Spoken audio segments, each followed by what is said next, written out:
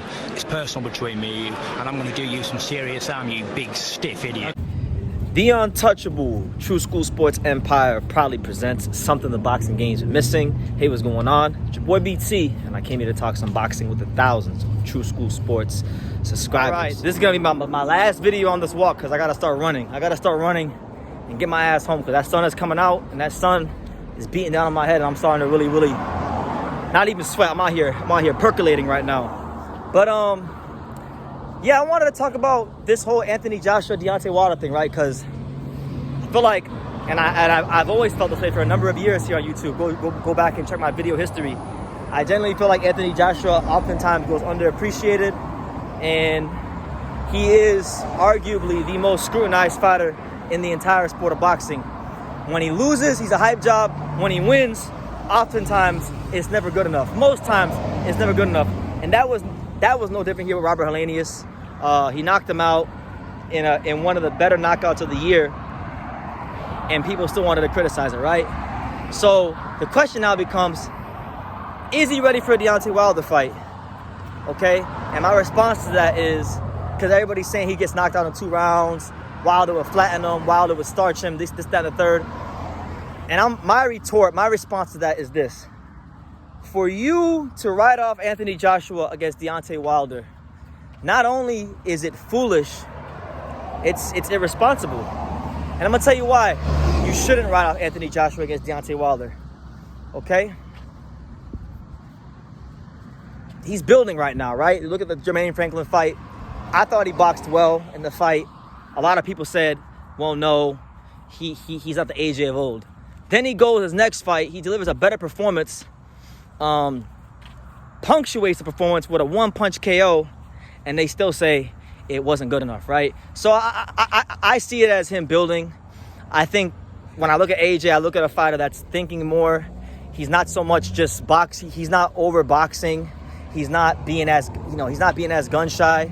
There's a method to the madness. There's a why to the punches. And you got to remember, Anthony Joshua, he advanced pretty quickly in boxing as a pro. And he didn't really get like the greatest grace period to develop as a prospect. So he had to learn a lot as a champion. And he did a great job. He was actually punching outside of his, he was punching above his skill set and his weight class for a while. And then things came to a halt when he fought Eddie Ruiz, and now he's going through that learning process with Derek James. Now, Derek James is building those great foundational space for him, and that's what you saw that set up that knockout with Helenius. And when you look at Wilder, right, I don't know his exact age, so correct me if I'm wrong. Like I was saying before the phone cut out, Wilder's in his mid to late 30s, and one thing I continue to learn about boxing, and it gets proven time and time again, is activity is everything. Fighting often means everything for a fighter. Because no matter how good a fighter is, if he's not match fit or match sharp due to inactivity, it'll hinder his timing. And Wilder fought Tyson Fury in late 2021, and he's only had one fight since that fight, which was against Robert Helenius, in which he starched Robert Helenius in like a minute, less than a minute, I think. So he hasn't even boxed a round. He's boxed like a quarter of a round since the damn fight with Fury. And I know he's been working hard at the gym. I definitely see some things that he's implementing into his game with Malik Scott. But at the same time, it's just different under them lights. Anthony Joshua's been fighting. He's been fighting high-level fighters. He's fought Usyk twice. He's fought Jermaine Franklin, a little stay busy fight. And he fought Robert Helenius just like Wilder did, right? So he's been staying busy. He's been staying active. And I just think, if Wilder does not knock, when they fight, God willing, we're going to pray that happens because we want to see that fight.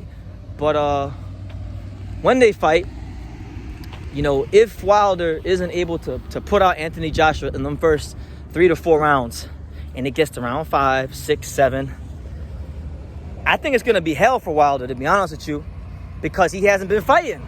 And at the same time, if we learn anything from the Fury fight, and I'm not saying he can't change, but generally speaking, in boxing, once you bake a cake, it's a cake. Once a fighter has tendencies and has fought a certain way for a certain amount of time, When that fighter fights another high-level fighter and that other fighter puts him in a pressure situation, he's going to go back to what he knows. And we saw that in the Fury fight. He was trying to box. He was trying to pot shot. He was trying to do some of those things that Malik Scott was teaching him. When he got hit, he became the gunslinger. You know, he became the gunslinging, power-punching knockout artist, Deontay Wilder. And it got him some success in the fight, but it got him knocked out in the end. And that's what I think could happen with Anthony Joshua. He's going to look for that big shot. If it doesn't come, I'm just saying it like this. If it doesn't come in the first 3 to 4 rounds, his ass is grasped, because I'm seeing it. Like, and I'm not trying to be a contrarian, but I'm seeing it. I'm seeing him and Derek James work on things in the gym. AJ, when he's throwing punches, he's throwing less wide punches. A higher percent of his punches are straight punches, which means that, okay, if Anthony Joshua is not throwing a wide ass hook, then Wilder will have less chances to land the straight right hand down the middle, okay? The jab for Anthony Joshua will not only set things up for him, but it'll protect him, and it will limit Wilder's output of the right hand, which we all know he wants to land. So, yeah, I think it's a great fight. I think both guys can definitely win, and I don't think it's fair to AJ that he's getting written off. But listen, if you want to write him off, we're all entitled to our own opinion, especially if you're an American, because that's your constitutional right to have an opinion. But I just think I don't think it's very wise or prudent, because Anthony Joshua is improving, even though it may not seem like it, even though his performances may not be, you know, the best in your eyes. But if you look at what he's doing, what led to the knockout with Helenius, and the fact that Wilder hasn't really been fighting like that, and the fact that Wilder, I think, is older than AJ, you know, it's just it's not as straightforward as a fight as you think. I'm gonna say it like that. It's a great fight. Hopefully it happens. I feel like that's one of the best fights still in boxing, and it might even be better because, you know, AJ is getting more refined as a fighter with Derek James, and Wilder is getting more refined with Malik Scott as a fighter as well. It's just about, the thing is, once one of these dudes gets hit, the fighter who won that fight is the fighter that can hold to their game plan and what they've been taught in the gym, the new things they've been taught in the gym, the foundational skills, the longer in the fight. And honestly, I think that if it comes down to that, that guy is going to be AJ. It won't be Wilder. Wilder, if he gets hit, is going to start gunslinging and doing what he does.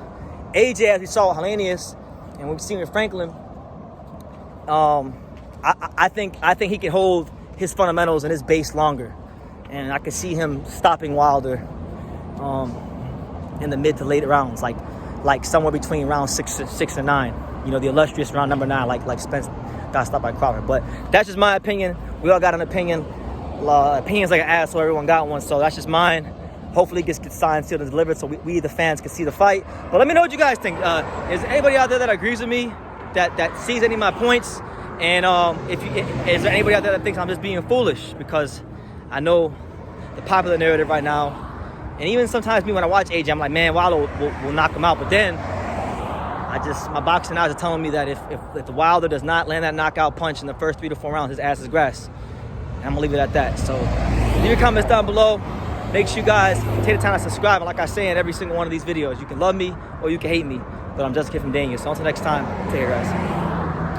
Thank you for watching another video on the untouchable True School Sports Empire. We're here at the Hatanaka Boxing Gym in Nagoya, Japan. And for more great videos just like this one, make sure you guys click right here.